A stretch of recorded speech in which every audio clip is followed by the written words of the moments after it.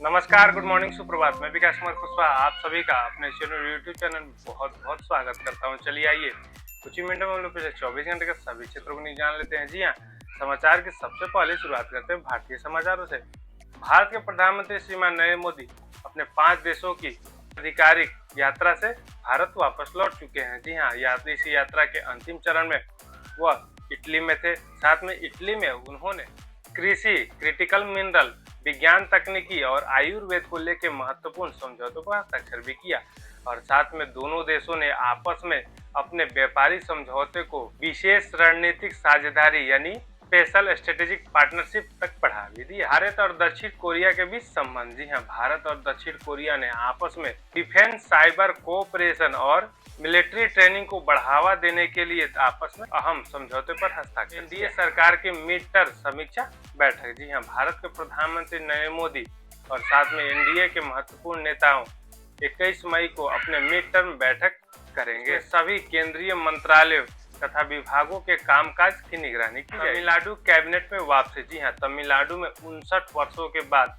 सरकार में कांग्रेस के 2 विधायक पद की शपथ लेंगे। अब आते हैं बैंकिंग और सुरक्षा संबंधी समाचार जान लेते हैं। जी हाँ, आरबीआई ने एक बेहतरीन और नया मोबाइल डिफॉल्ट नियम निकाला है। जी हाँ, इस नियम के अनुसार यदि बैंक का कर्जा नहीं चुका पाते हैं कोई व्यक्ति, तो उनके मोबाइल को बैंक द्वारा पूरी तरह डिसेबल नहीं किया जा सकता। हालांकि यदि फोन ही बैंक द्वारा फाइनेंस किया गया हो, उसके कुछ फैसिलिटी को रोका जा सकता है। सुरक्षा बलों की एक बहुत बड़ी कार्रवाई। जी हाँ, जम्मू कश्मीर के एलओसी के पास कुछ संदिग्ध व्यक्ति गिरफ्तार हुए जो हथियार लिए, चीनी हथियार और साथ में ड्रग्स लिए हुए थे। हालांकि इसके पीछे पाकिस्तानी आईएसआई का हाथ माना जा रहा है। अब आते हैं अंतर्राष्ट्रीय समाचारों को जान लेते हैं। जी, अंतर्राष्ट्रीय समाचारों में सबसे प्रमुख समाचार आ रही है ईरान और अमेरिका युद्ध विराम से। जी हाँ, अमेरिका के राष्ट्रपति डोनाल्ड ट्रंप ने कहा कि तेहरान के साथ बात अपने अंतिम चरण पे है। हालांकि इस बात को सकारात्मक ढंग से लिया जाना चाहिए। यदि ऐसा परिणाम नहीं निकलता तो ईरान भयंकर परिणामों के लिए तैयार रहे। हालांकि इसके बाद अंतर्राष्ट्रीय स्तर पर बहसों में कुछ बेहतरीन तथा सकारात्मक प्रभाव देखे गए हैं।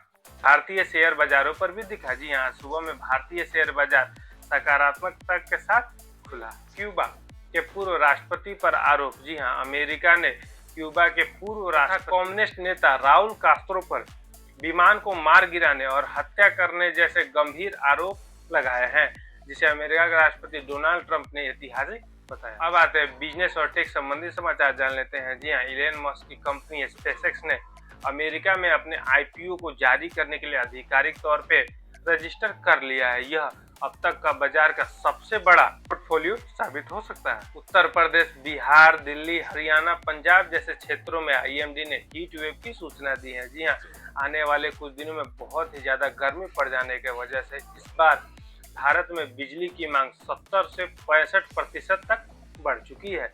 ये रहे पिछले 24 घंटे के सभी क्षेत्रों पर न्यूज। आपसे मिलते हैं कल नए वीडियो में नए समाचारों के साथ। तब तक अपना ध्यान रखिए। नमस्कार, जय हिंद।